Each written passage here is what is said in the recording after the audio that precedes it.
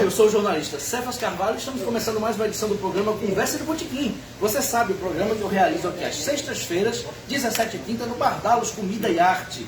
Sempre com entrevistas com pessoas que fazem a política, que fazem a cultura natalense. Vou falar dos apoiadores, vou falar da equipe, mas primeiro mostrar a nossa entrevistada de hoje, vereadora em Natal, Brisa Braque. Vereadora Brisa, bem-vinda ao programa. Boa noite, Cefas. Boa noite para quem já está aí acompanhando, para quem está aqui no Bardalos, para todo mundo. E obrigada pelo convite. Feliz que até que enfim deu certo esse nosso encontro. Deu certo sim, eu agradeço em nome da equipe você ter aceitado. Vai ser um papo bem bacana.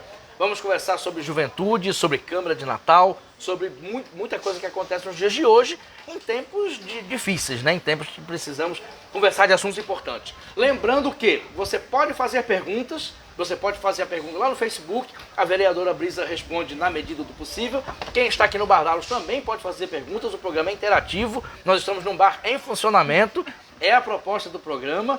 E lembrando também que nós temos o apoio da Anoreg, a Durne Sindicato, SINSP, Cicobi, Francisca Seguros e do Saiba Mais. E vamos começar com o programa, vamos começar com as perguntas.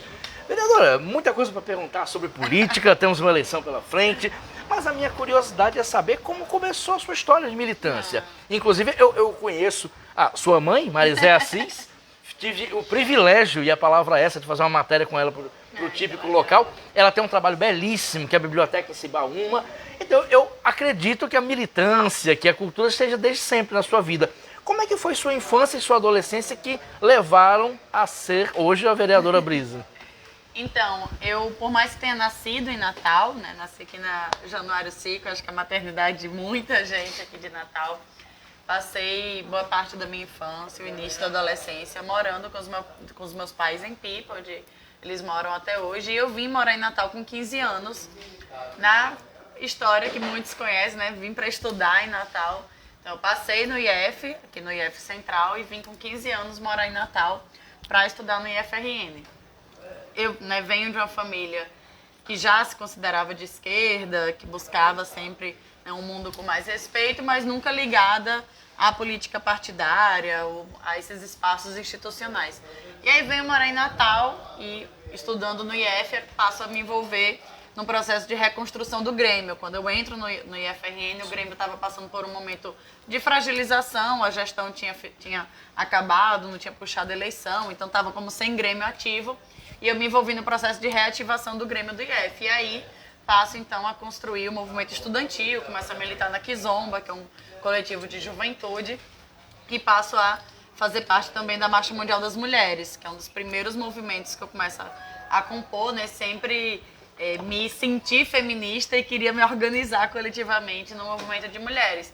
E aí, né, essa minha trajetória começa pelos movimentos sociais, muito pelo movimento estudantil, acho que principalmente, então, todo esse processo de formar Grêmio, disputar Grêmio, depois eu vou para a UBS, né, na União Brasileira dos Estudantes Secundaristas, as ocupações das escolas, a Primavera Secundarista.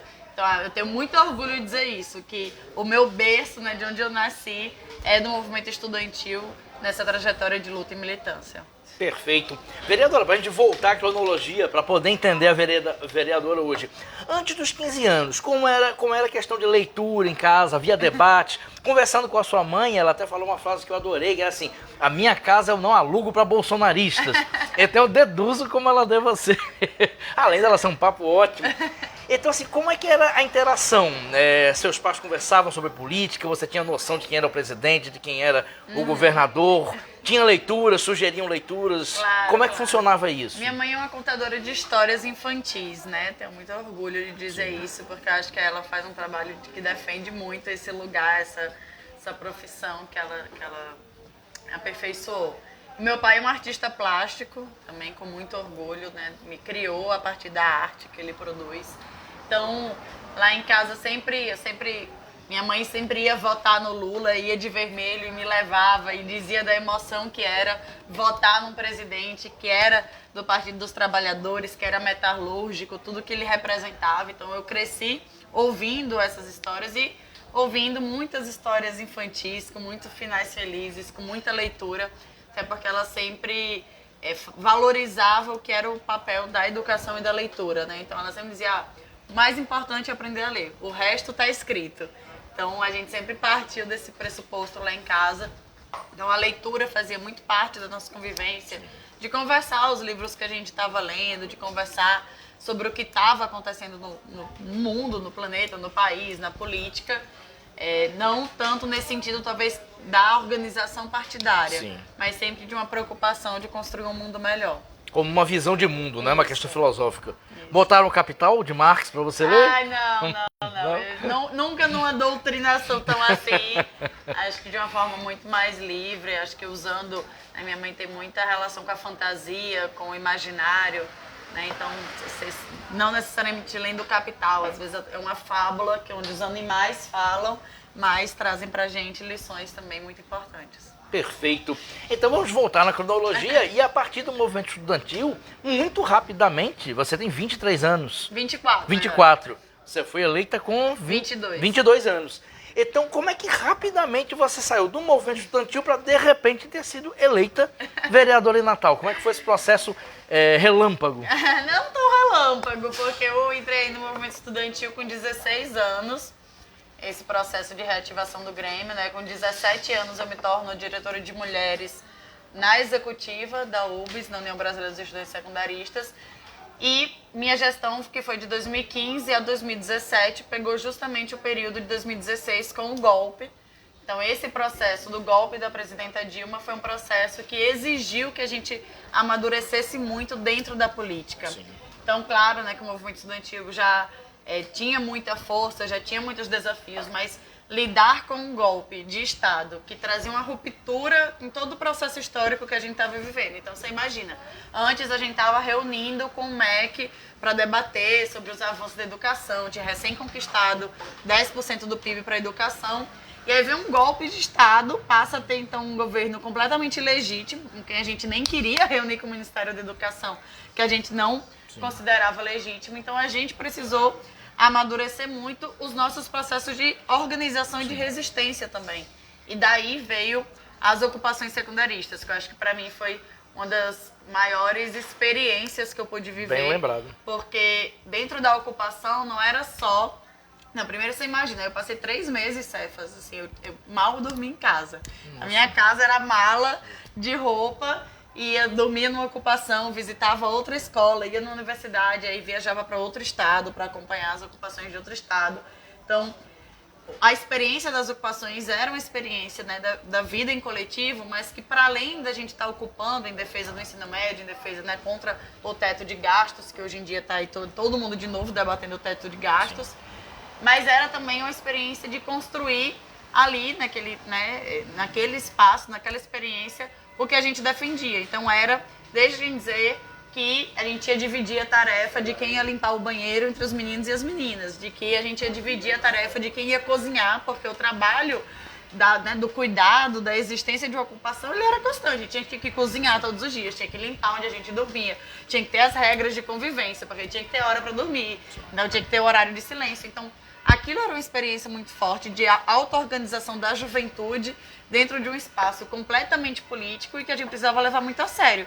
Porque, inclusive, tinha muita gente fiscalizando o que eram as ocupações, sim, e querendo apontar que era só bagunça, que era só balbúrdia. Eu lembro disso, sim. Então, acho que isso foi muito forte no meu processo de amadurecimento.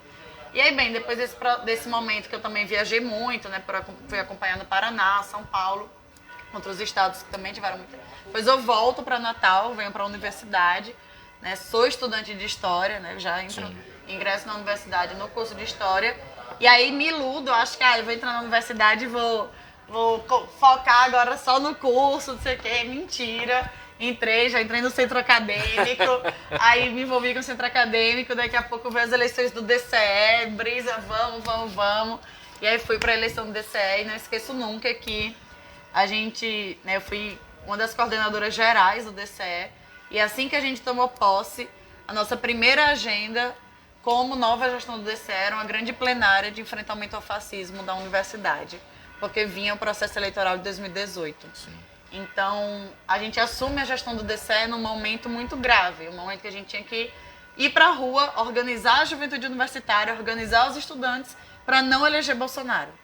E mais difícil ainda quando a gente não consegue né, enfrentar essa derrota nas urnas e depois tem que enfrentar toda aquela série de retrocessos.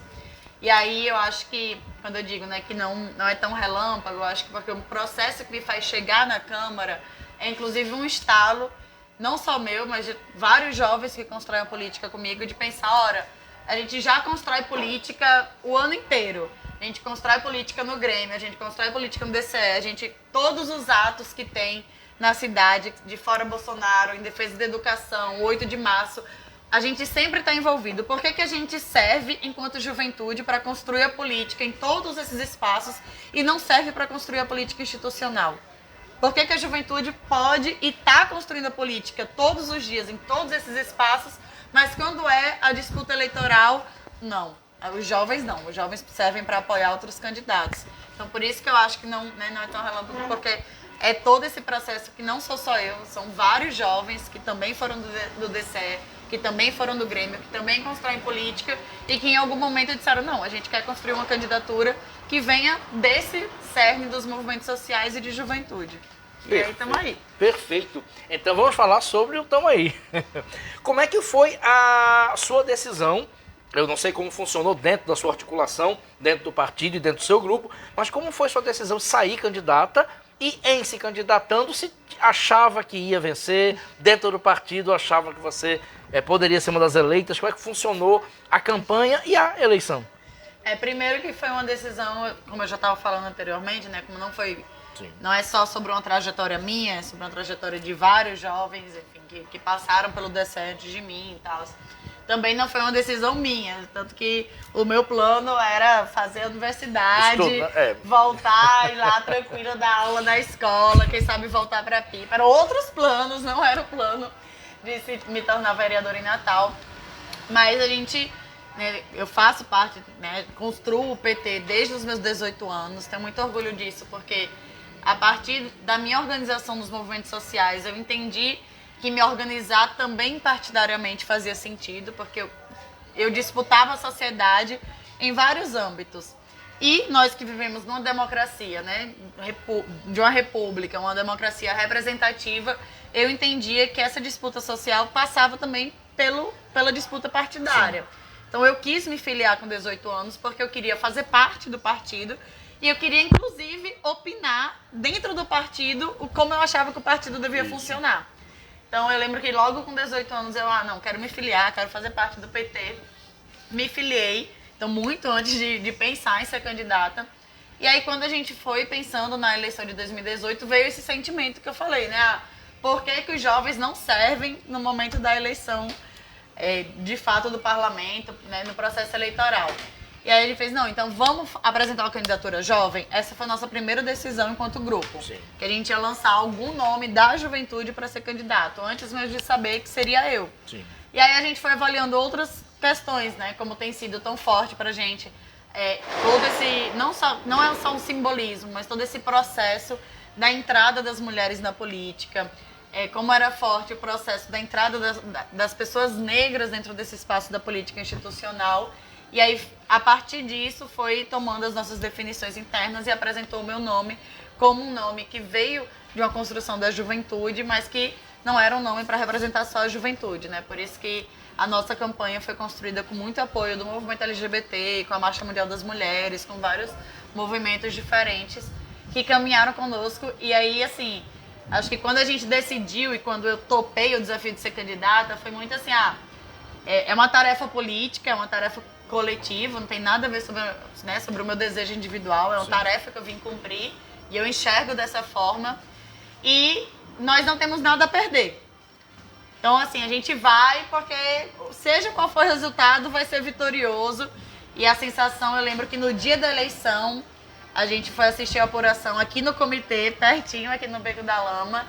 E a sensação era muito essa, assim, vamos lá, vamos pro comitê, vamos assistir, porque a gente de nenhum jeito vai ter perdido. A gente construiu um processo que foi muito bonito das pessoas quererem acreditar de novo na política. Era um momento, você imagina, em 2018, as pessoas tinham dito, poxa, eu votei na Dilma e teve um golpe. Depois eu votei no Haddad e o Bolsonaro ganhou. Aí a Bolsonaro é presidente, está destruindo o nosso país, eu quero desistir da política, eu não quero saber mais disso, eu não quero ir votar. E muitas vezes a nossa candidatura chegava e dizia, olha, não desiste. Tipo, a juventude está aqui, a gente está com disposição, a gente está com sangue no olho, a gente quer entrar no parlamento, a gente quer ir para a Câmara. E eu ouvia muito na rua as pessoas dizendo, nossa, vocês me fazem sentir essa força jovem, esse entusiasmo, essa ousadia que vocês têm. E aí eu acho que essa sensação de que a gente não ia perder de nenhum jeito, para mim foi uma surpresa a gente ter entrado no parlamento, mas uma surpresa nesse sentido positivo, né? Que às vezes é uma surpresa, às vezes eu escuto algumas pessoas dizendo meio como negativo, né? Ah, nunca imaginei que alguém como você fosse conseguir chegar lá. Então, mas é isso, acho que foi um processo bonito e acho que a gente tem se desafiado a tentar construir algo novo na política. Perfeito, e certamente está construindo. Produção, a gente está... A produção tá passando, não tem como a gente parar. É uma processão. O microfone de lapela pega, a gente pode continuar conversando? Pode Aqui continuar? a gente tá ao vivo e a cores, Ao vivo passando a procissão. Pode continuar falando. E a procissão passando aqui. Bem, vamos continuar então falando, que o microfone aqui é potente. Vereadora, eu vou fazer uma pergunta, vou fazer rigorosamente a mesma pergunta que fiz para vereadora Diva. Eu cubro a Câmara de Natal há muitos anos e a procissão passando.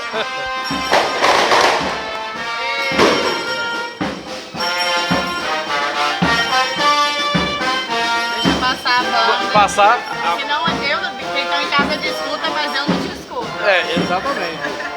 Tá, que está passando aqui a procissão na rua Gonçalves Leiro aqui.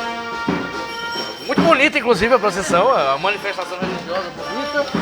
Vamos lá, voltamos aqui, agora já pode ser ouvido aqui e a vereadora já pode ouvir a pergunta. Repetindo, fazer a mesma pergunta que fiz para a vereadora Diva aqui nessa mesma mesa. Eu já cobri muito a Câmara de Natal, já cheguei a trabalhar na Câmara de Natal. As bancadas do PT sempre foram qualificadas, mas sempre eram homens com uma certa idade. Sim. Hugo Manso, amigo meu, Júnior Rodoviário, Fernando Lucena. Em 2020, a bancada que o PT elegeu foram 2 mulheres jovens, Divaneide Basílio e você. O que é que mudou? Mudou o PT? Mudou o eleitor? Qual é a visão que você tem, Brisa, disso? Eu acho que não mudou nem só o PT, nem só o eleitor. Primeiro, assim, acho que tem 2 coisas. Um é o processo que a gente tem vivido, histórico, que eu digo muito, né? Algumas pessoas dizem, a gente ouvia isso quando a Natália foi eleita. A Natália foi um fenômeno, você foi um fenômeno. E eu sempre gosto de bater nessa tecla que nós não somos um fenômeno. Porque fenômeno é muito aquilo que dá e passa. Se você pensar no sentido, né? Verdade. E eu não vejo que a gente é um fenômeno. Senão tinha sido só Natália e depois não tinha vindo eu, não tinha Diva, etc. Então nós fazemos parte de um processo histórico que tem acontecido, que tem de fato construído uma ruptura com o que era antes a política tradicional. Então nós fazemos parte dessa ruptura histórica que é agora com o ingresso das mulheres, da juventude, da população LGBT enquanto sujeitos de representação política. O primeiro ponto é esse. E o segundo, Cefas, eu tenho uma frase que eu gosto muito, eu nem sei a autoria de quem que é, que diz assim: quando uma mulher entra na política, a gente muda a mulher. Quando várias mulheres entram na política, a gente muda a política. Então, eu acho que o processo que a gente tem vivido é que a gente não seja mais a exceção, mas que a gente tem passado a construir um processo de alterar a política e de entender que esse espaço também é um espaço nosso. Então, eu acho, e aí eu sigo dizendo, né? Eu acho que o PT mudou no sentido de conseguir apoiar hoje mais candidaturas jovens, tem todo um sistema de apoio às candidaturas de mulheres, né? Eu hoje, além de vereadora, sou secretária de mulheres estadual do partido e a gente se organiza com muita responsabilidade para dar o apoio, o aporte para todas as mulheres, né, que querem ser candidatas, e isso não é pouca coisa, porque muitas mulheres foram candidatas e não tinham estrutura nenhuma para conseguirem, né, tocar a sua candidatura, enquanto os companheiros homens tinham. Então isso tem sido muito importante e o eleitorado também tem se dado conta e tem se sensibilizado da importância de votar todos, né, todo esse perfil que historicamente não teve lá. Perfeito, respondido então. Lembrando que o programa tem filmagem de José Águio, Raquel Lucena na produção e Ananda Carvalho como assistente de produção. Nós temos o apoio logístico de Lula Belmont e Ricardo Nelson aqui no Bar Dallos Comida e Arte, no Centro de Natal, onde estamos ao vivo. Lembrando que você pode fazer perguntas para a vereadora. Não sei se já tem perguntas. Produção, bom, daqui a pouco vai vir pergunta. Pode ficar à vontade para fazer perguntas. Eu tenho uma, na verdade eu tenho várias. Tenho umas 20 perguntas aqui. Vereador, vamos falar justamente sobre essa questão da mulher. Como eu falei agora, 2 mulheres foram eleitas. E por cobrir a Câmara há muito tempo, eu já vi várias mulheres vereadoras em Natal, mas, verdade seja dita, a maioria delas sempre ligadas a algum homem, ou de famílias políticas, sempre com uma ligação. Você e Diva não, vocês são totalmente autônomas. Eu pergunto, qual a importância disso? E dentro da mesma pergunta, existe machismo na Câmara Municipal em relação a isso? A mulheres que não são ligadas a um grupo político, uma família política? Então, o machismo, ele com certeza ele vai existir porque a Câmara ele é um retrato da sociedade, né? Se a gente tem uma sociedade patriarcal, baseada no machismo, é impossível a gente ter qualquer, não só a Câmara, qualquer estrutura vai repercutir toda essa estrutura patriarcal e machista. Então, óbvio que existe. Tem uma coisa que eu gosto, que eu acho que exemplifica um pouco disso que você está falando, né, sobre as mulheres e como é difícil a nossa chegada lá quando nós não viemos de alguma oligarquia, ao mesmo tempo da juventude. Eu sou a mulher mais jovem da história de Natal a ser eleita. E eu acho curioso perceber como, por exemplo, tiveram homens mais jovens do que eu, que foram eleitos ou com a mesma idade que eu. Mas eram homens, inclusive, ligados a famílias tradicionais, às oligarquias da cidade. Sim. Então, é muito simbólico quando é uma mulher que não é ligada a nenhuma oligarquia, nenhuma família tradicional.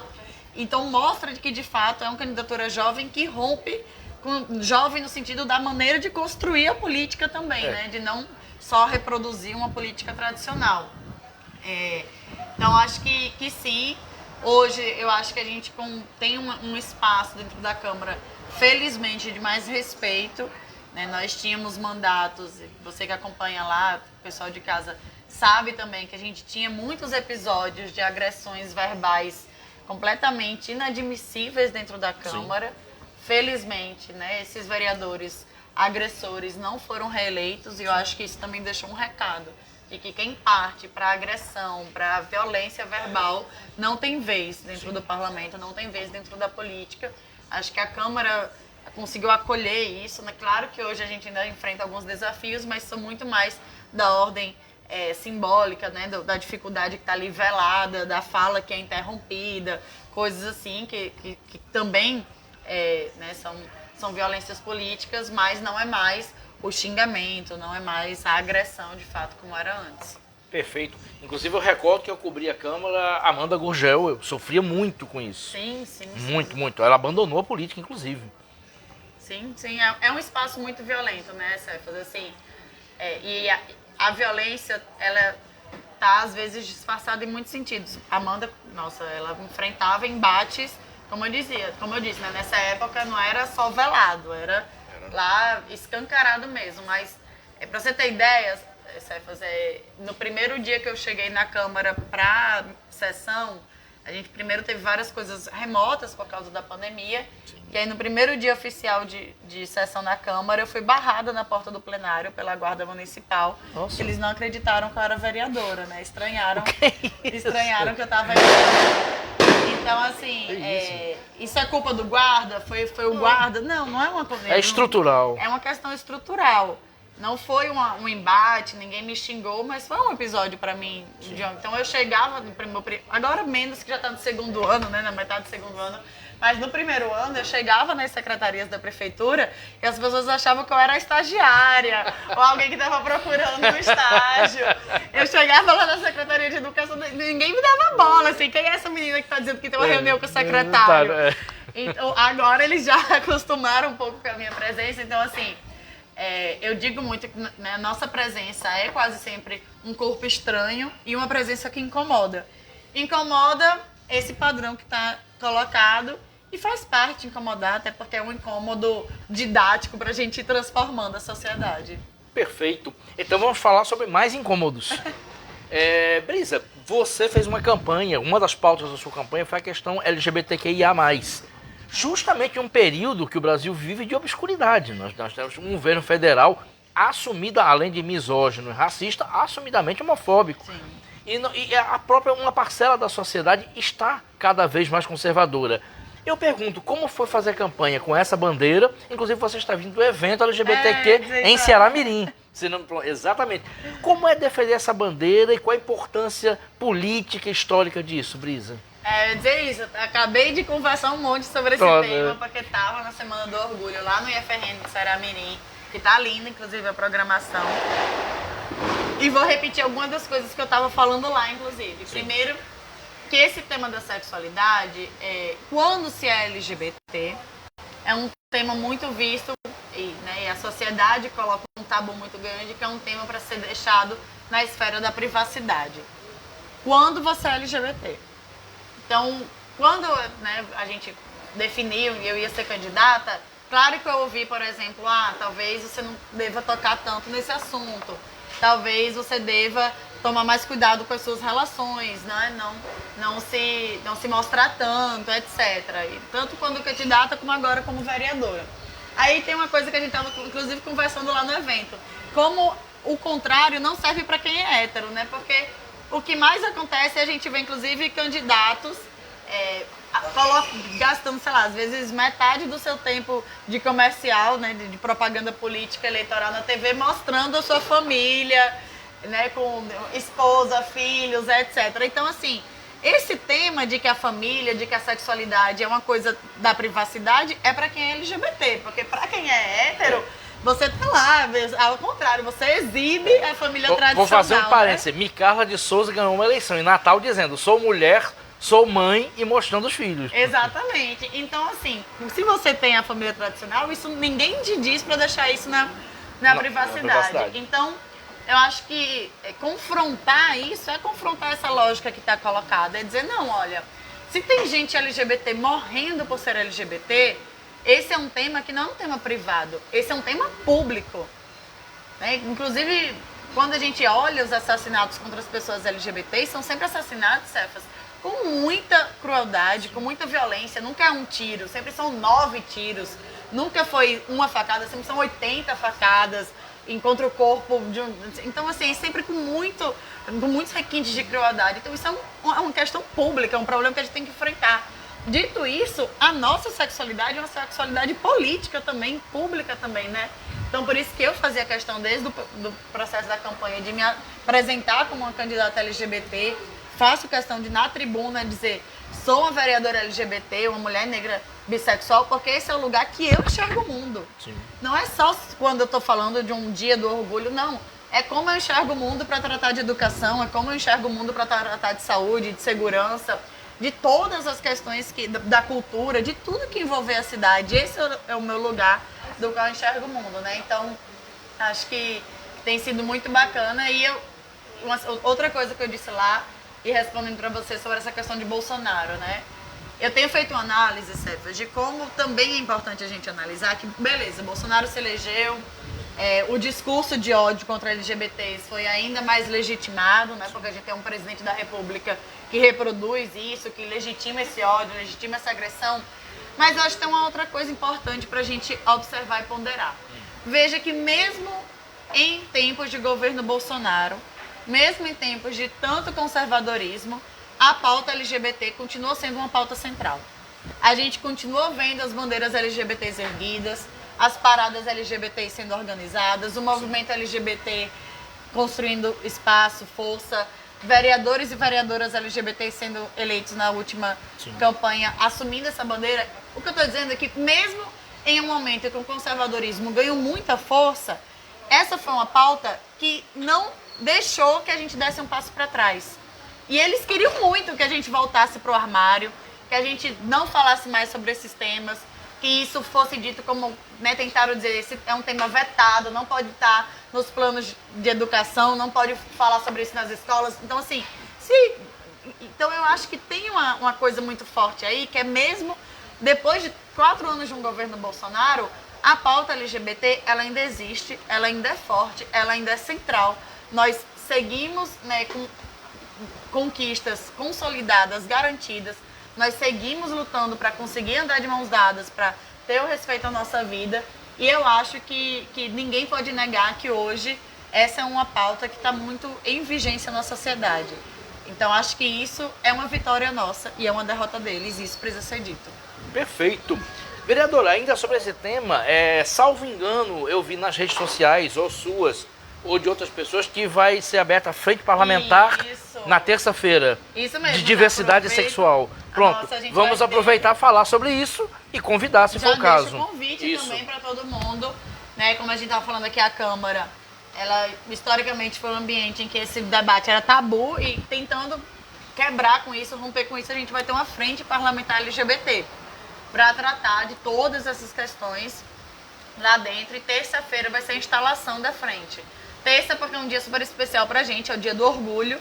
Sim. Então, para fazer parte aí dessa programação do dia do orgulho LGBT, tá todo mundo convidado, 2h30 da tarde, a gente vai fazer a instalação da frente na Câmara, aberto ao público, só precisa, né, não pode ir de short, pela bermuda, pelas regras lá institucionais, mas aberto a todo o público que queira acompanhar. Maravilha, fica o convite então.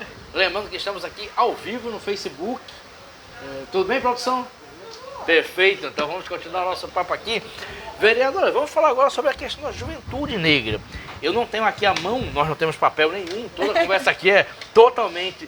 Mas eu lembro que o Saiba Mais já fez uma matéria sobre isso, outros veículos também. Existe, eu não vou dizer genocídio, é uma palavra forte, mas existe uma mortalidade acima da média da juventude negra periférica. É um problema que acontece em todo o Brasil, alguns lugares mais, outros menos, e acontece aqui no Rio Grande do Norte, especificamente na Grande Natal. Como é que se pode combater isso, vereadora? Como impedir essa, não sei se a palavra é matança, não sei qual é a palavra usada, a morte de tantos negros periféricos? Não, perfeito. É importante, primeiro, essa reflexão que você faz de que esse é um problema também local, né? Porque às vezes a gente acha que isso é um problema só do só Rio de acontece Janeiro, no Rio de Janeiro, São Paulo. Mas é importante a gente lembrar que a gente teve, né, Giovanna e Gabriel, talvez seja o mais recente caso, né, um jovem negro que saiu de casa de bicicleta, foi, com várias aspas aí, né, confundido com um bandido, como diz nos próprios autos da investigação do caso, e apareceu o corpo, né, o jovem ficou desaparecido e depois foi encontrado seu corpo. Existiu esse caso, existem outros casos de jovens, tem um jovem da Vila de Ponta Negra também com uma história semelhante, e assim diversos outros casos. E existem casos em Ceará Mirim, Macaíba, que às vezes não chegam que nem, a gente nem chega mídia. Na mídia, né, a notícia assim. Mas existem. Eu não tenho dúvidas, na verdade, que uma das saídas fundamentais para isso, Cefas, é a presença do Estado com as políticas públicas. Né, a gente precisa romper essa lógica, essa visão de que a política pública de assistência social, ela é uma política pública do assistencialismo, né? De você vai, você troca o favor, porque você está aqui. Não, acho que a presença do Estado, ela precisaria se dar de forma muito forte, enquanto um lugar de acolhimento para quem está em vulnerabilidade social. Né? Infelizmente, não é isso que a gente ainda tem. E eu não tenho dúvidas que é a valorização da educação. Então, eu lembro, para mim é muito forte, eu estava num debate, acho que em Brasília, era um encontro de grêmios de todo o Brasil, e tinha uma menina, uma jovem estudante, que morava na periferia do Rio de Janeiro, que pediu fala, isso fazem muitos anos atrás, e eu lembro demais da fala dela, ela dizendo que ela teve que descer do morro para ir para a escola. Né, para poder chegar até a educação, e que a educação não tinha conseguido subir o morro. E eu uso isso de forma simbólica porque acho que isso tem tudo a ver com o futuro da juventude negra, né? E para além disso, claro, nós precisamos aprofundar muito o debate da segurança pública. Nós, infelizmente, temos um sistema de segurança pública colocado a nível nacional, a nível mundial, e aqui também, que destoa quem eles precisam proteger e quem eles precisam fiscalizar. Então a gente precisa aprofundar muito, porque esse sistema de segurança pública, do jeito que está hoje, vê a juventude negra como seu principal alvo. Então por isso que Gabriel pôde ser morto por ser confundido com um bandido. E isso é um desafio muito grande que a gente tem, né? Porque esse tema da segurança é um tema muito complicado, mas eu acho que é um tema que a gente não pode ter medo de debater. Acho que o quão esse tema não é simples se retrata no assassinato de Marielle. Sim. A gente pensar que uma das maiores figuras que foi fazer o embate, né, com as milícias, que estava protagonizando isso, foi morta, mostra pra gente a complexidade dessa tarefa. Ao mesmo tempo, é uma tarefa que precisa ser encarada, porque se não for, os jovens vão continuar morrendo. Perfeito, respondido então. Lembrando que estamos ao vivo aqui no Facebook. Lembrando então que você pode fazer perguntas e tem uma aqui já. Vamos ver. Lucas Santana. Vereadora, você falou em oligarquia. E o que você me diz sobre Walter Alves, que é um filho da oligarquia, ser o vice da governadora Fátima Bezerra? Vai que é sua, Bezerra. Essa dava pra... Ricardo Nelson, uma cerveja, por favor. Essa dava pra aparecer. Mas então, primeiro, que esse não foi, acho que todo mundo que está em casa, que está acompanhando a live, esse não foi um processo nada simples, né? Não foi uma definição simples para o PT, nem para a governadora, nem para mim, nem para ninguém. É claro que nós temos muito orgulho do processo que a gente construiu há 4 anos atrás, numa chapa com o PT, com o PCdoB, mas parte desse processo, que não é só sobre o Rio Grande do Norte, acho que isso foi muito importante a gente entender, que o processo que está sendo construído aqui no Rio Grande do Norte é um processo que tem uma repercussão de nível nacional também, né? Nós estamos num momento em que a nossa prioridade, número 0, é a derrota de Bolsonaro e a eleição de Lula. E para a eleição de Lula tem se constituído, né, um grande campo de enfrentamento, de defesa da democracia e de enfrentamento ao fascismo de Bolsonaro. E isso teve influência nas decisões do Rio Grande do Norte. É importante a gente ter, né, esse tipo de perspectiva. E aí eu acho que é importante a gente pensar que por mais que a gente tivesse conseguido ter várias vitórias em cima das oligarquias, eita... Opa, olha aí. Obrigado, Ricardo. Aqui, vereadora. Obrigada. E cerveja. Obrigado, Ricardo. Por mais que a gente tivesse conseguido ter diversas vitórias sobre essas oligarquias no Rio Grande do Norte, elas ainda, infelizmente, mantêm muito poder aqui dentro, né? Então, acho que isso precisou ser analisado, ser aprofundado, mas acho que talvez o mais importante é a gente ter a certeza de que a gente não está abrindo mão do nosso projeto. Correto. Eles que estão vindo conosco, não fomos nós que tivemos, nós ganhamos a eleição passada, nós construímos um ótimo governo, tanto que eles tiveram que abrir mão do projeto deles para agora construir conosco, né? Então eu acho que o que nos tranquiliza é saber que nós não abrimos mão do que é central no nosso programa de governo, não abrimos mão do que é central na construção de uma reeleição para o projeto de reeleição da governadora Fátima, tanto que eles estão tendo agora que compactuar e construir esse projeto conosco. E aí entender que o momento, né, pede mesmo que a gente se una, pede mesmo que a gente vai ter que construir esse campo mais amplo, que longe de agradar todo mundo, a gente teve processos internos duros, difíceis, barras, mas que por isso que eu faço questão de ser filiada, de disputar internamente o partido, de fazer esse processo de disputa interna e de entender que é dentro do partido onde a gente faz isso e que agora a gente tem grandes desafios, que é a reeleição de Fátima e a eleição do presidente Lula. Perfeito. Respondido, Lucas. Eu vou falar os apoiadores. Aqui, enquanto a vereadora come aqui um pouquinho, eu vou falar os apoiadores e pedir uma cerveja para Ricardo, por favor, que essa acabou. Lembrando que o programa tem apoio do SINSP, Anoreg, Francisca Seguros, Aturne Sindicato, Saiba Mais. Você pode ser um apoiador, entre em contato com a gente e você pode assistir o programa e também mandar perguntas, como estão fazendo aqui. Daqui a pouco tem uma pergunta, um comentário aqui. Você pode comentar o programa interativo. Agradecer a todo mundo que chega no Bardalos. Flávia Arruda, a Adélia Costa, a Carlos Eduardo Amorim, amigo de infância, adolescência aqui, Expedito Assis, e a pergunta de Expedito. Expedito tá aqui e fez a pergunta. Não é pergunta, perdão. Saudando a Brisa e a Cefas, entrevista maravilhosa, cheiro nos dois. Beijão, Expedito. Expedito, que é o homenzinho, sempre presente aqui no Bardalos. Vereadora, quando eu vim aqui para a entrevista, me mandaram mensagem pro Zap para fazer uma pergunta.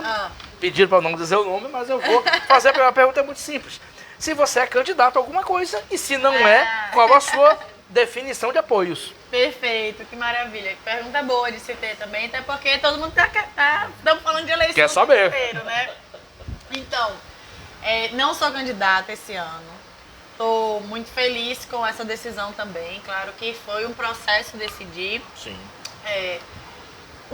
Por esse tema da juventude, né, Cefas? Eu ainda acho que super legítimo quem também está aí se candidatando, mas eu também, por questões pessoais, estou terminando a graduação de História na universidade e acho que a nível municipal a gente também tem cumprindo um papel muito importante. Então, assim, não é simples ser oposição Obrigado. em Natal à gestão de Álvaro Dias. Sim. A gestão de Álvaro Dias é uma gestão que constantemente tem atacado a população de Natal.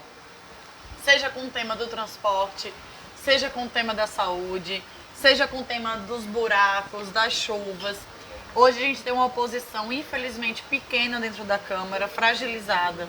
Então a gente, nesse processo de definição, foi muito importante a escuta também de quem nos elegeu, no sentido de que nós, com toda certeza, né, teremos outras oportunidades e acho que a gente está com muito orgulho do trabalho que a gente tem construído dentro da Câmara e com muito foco de construir um primeiro mandato de muito enfrentamento, de muita fiscalização dessa gestão da Prefeitura e de muito embate que tem sido necessário, né? Esse tema do transporte. Todo mundo que está aí assistindo, eu tenho certeza que tem alguma reclamação para fazer. Sim. Dos ônibus da cidade. Então, isso foi um pouco do que nos guiou. E, para além disso, eu me senti muito bem representada também nas candidaturas que estão colocadas hoje, né? Eu não construo um projeto que é individual, um projeto coletivo. Então, quando eu vejo outras mulheres que são feministas dentro desse espaço do parlamento, é como se eu me visse lá também. E eu digo isso porque se eu, por exemplo, eu, com muito orgulho, eu apoio mulheres feministas nesse processo eleitoral.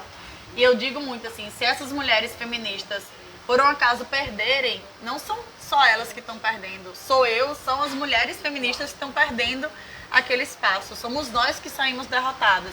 Né? E é por isso que eu estou nesse processo apoiando tanto a reeleição de Natália como deputada federal, como principalmente a reeleição de Isolda como deputada estadual, que tem sido uma feminista combativa dentro da Assembleia Legislativa, que vem da Marcha Mundial das Mulheres, que vem do movimento de mulheres, assim como eu vim, né? Que me ensinou muito do que é a construção do parlamento, que sempre está lá dizendo o parlamento só faz sentido se for para a gente construir com os movimentos sociais, se for para a gente ecoar as vozes que estão fora daqui, né? Então eu estou assim, muito feliz, inclusive, de construir e coordenar aí a campanha dessas duas companheiras que são mulheres, ao lado, claro, de Fátima, Lula e todo mundo que a gente vai fazer campanha.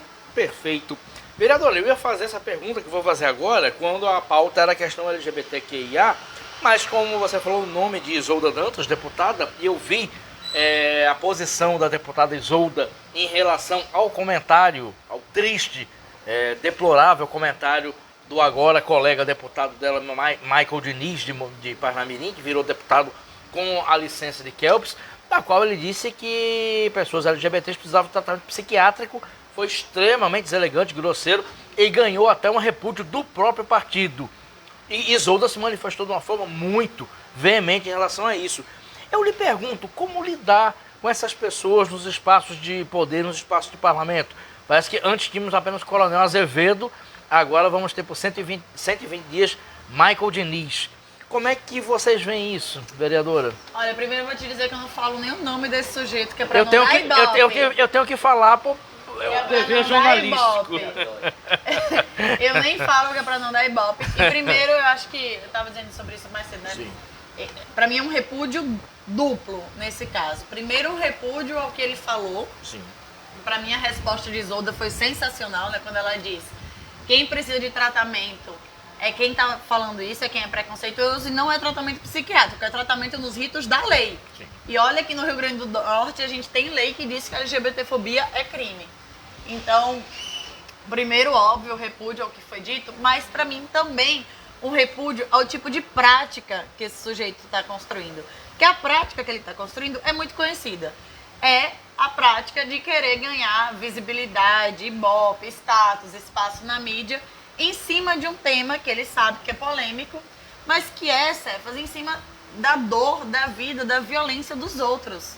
Então, como que você vai construir uma estratégia de ganhar visibilidade para si em cima de um tema que agride as outras pessoas? Nós tivemos, em poucos meses, aqui no Rio Grande do Norte, 4 casos de assassinatos de pessoas LGBTs com requintes de crueldade. 4 casos cruéis. E uma pessoa que agora está na Assembleia Legislativa do Estado, ao invés de estar preocupada para que isso não siga se repetindo, está proliferando esse tipo de discurso. Então, assim, eu acho que o meu repúdio é esse tipo de prática de quem acha, né, de bom senso, ganhar visibilidade em cima de um tema que tem tirado a vida de outras pessoas. Acho que isso, para mim, mostra o nível, né, de pré-sal que esse sujeito se encontra. Correto, registrado aqui. E, vereadora, vamos falar também de outro problema delicado que, infelizmente, deve ser abordado. A gente fez várias matérias sobre isso durante a pandemia, que é o aumento nos casos de feminicídio. Sim. Eles vêm aumentado de uma forma imensa, seja por uma conjunção de fatores, né, o desgoverno federal, que é misógino, a própria questão da pandemia em si, do confinamento, aumentou. Obrigado. Como combater isso, vereadora? Como lutar contra algo tão pavoroso como o feminicídio? Então, né, o feminicídio, ele é o ponto final de todo um ciclo de violência. Então, na verdade, a gente tem que pensar como que a gente rompe o ciclo de violência para não chegar lá no feminicídio.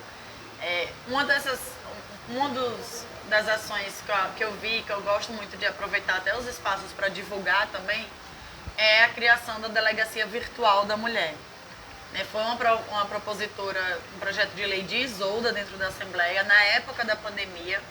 E eu lembro que para mim, assim, foi tipo, nossa, você imagina, quão importante, porque a gente já tem uma delegacia virtual, né? Eu mesma, quando perco o documento, vou lá na delegacia virtual, faço o boletim de ocorrência, mas a gente não tinha uma delegacia virtual da mulher. Da mulher.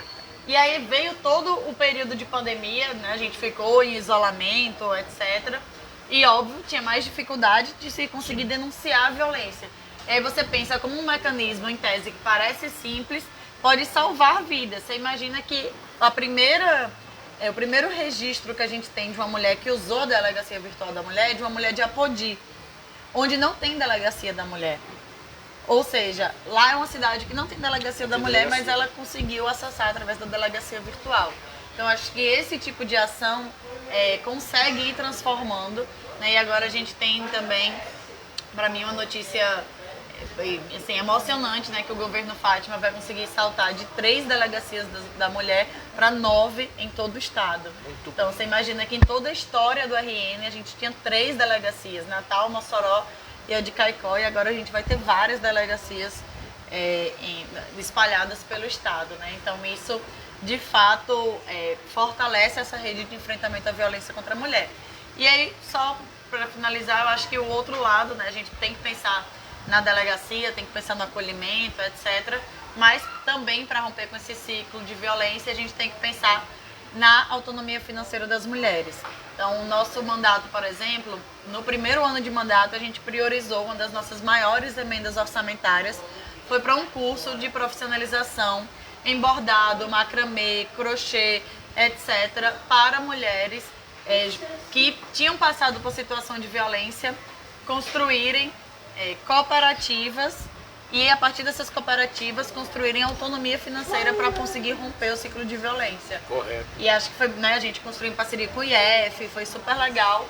Então, isso pra gente foi muito bacana, uma forma de contribuir para que essas mulheres possam romper o ciclo de violência. Perfeito. E temos comentários aqui, deixa eu me atualizar aqui.